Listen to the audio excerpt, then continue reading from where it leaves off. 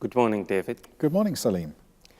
David, we have one of the questions, why it is important an organization to invest in developing its risk culture? We talked in the last question about what a good risk culture looks like, and it is important for an organization to invest in this because culture, you can't have no culture. Culture happens by accident if you don't invest in it and do something deliberately.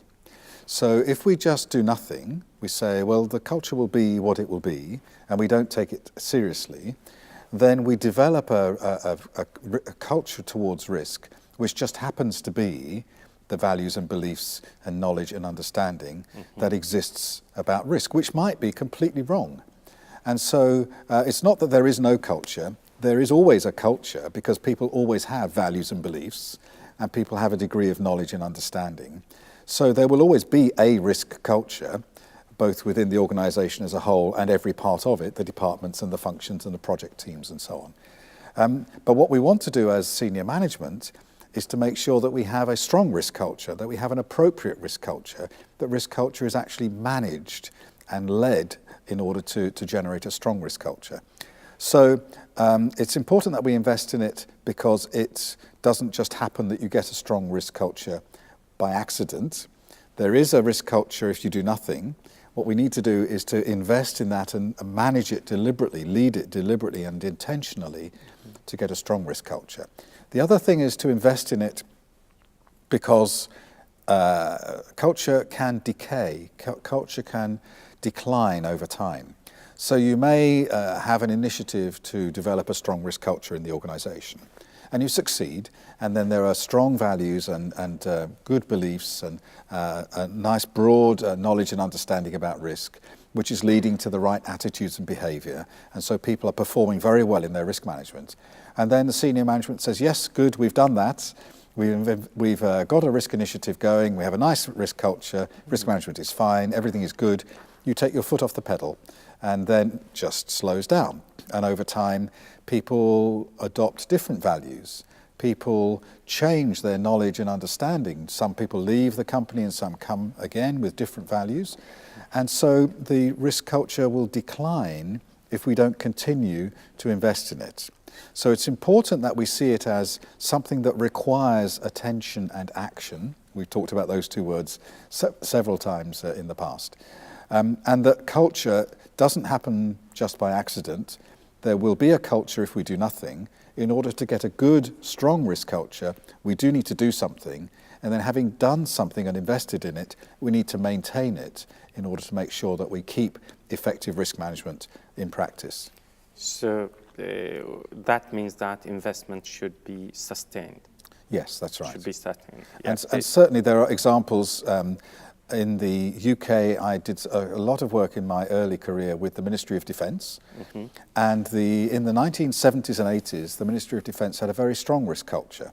And they invested in risk specialists and in analysts and in developing collaborative risk registers with their contractors.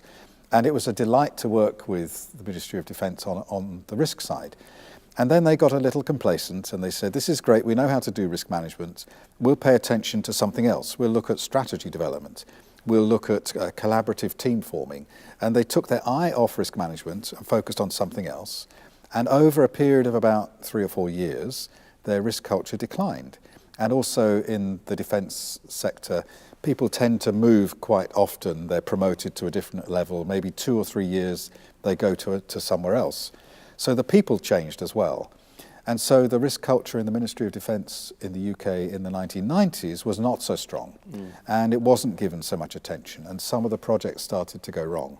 And they realised something's wrong here. And so in the early 2000s, they gave more attention to it again. The culture was strengthened.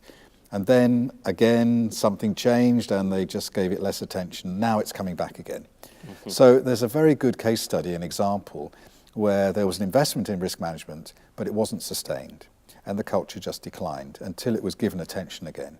And so to save your investment, to protect your investment, it is necessary to have a sustained attention to risk culture over time. Is the ecosystem of the organization help in this regard?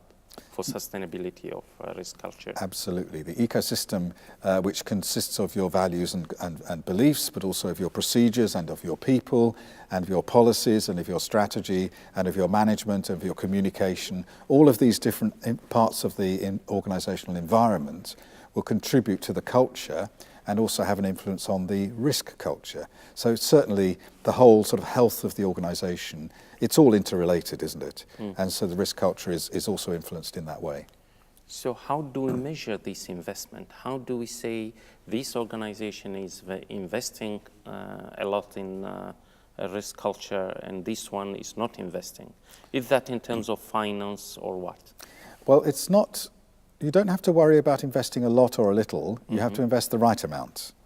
And that depends on your starting position and where you want to get to and how much effort you need to apply to move from your starting position to your desired position. So it may be that actually it doesn't cost a lot of money. All you need to do is to reinforce the values and beliefs that were in place before and remind people and have an awareness campaign. Or it may be that because a lot of time has elapsed since the last time you looked at the risk culture and it's become quite unhealthy, that you need a major initiative and you need to spend a lot of time and money and resource and effort. So it's not about spending a lot or a little, it's about addressing the issue. Yes. And I think that will vary from situation to situation. Thank you, David. Pleasure.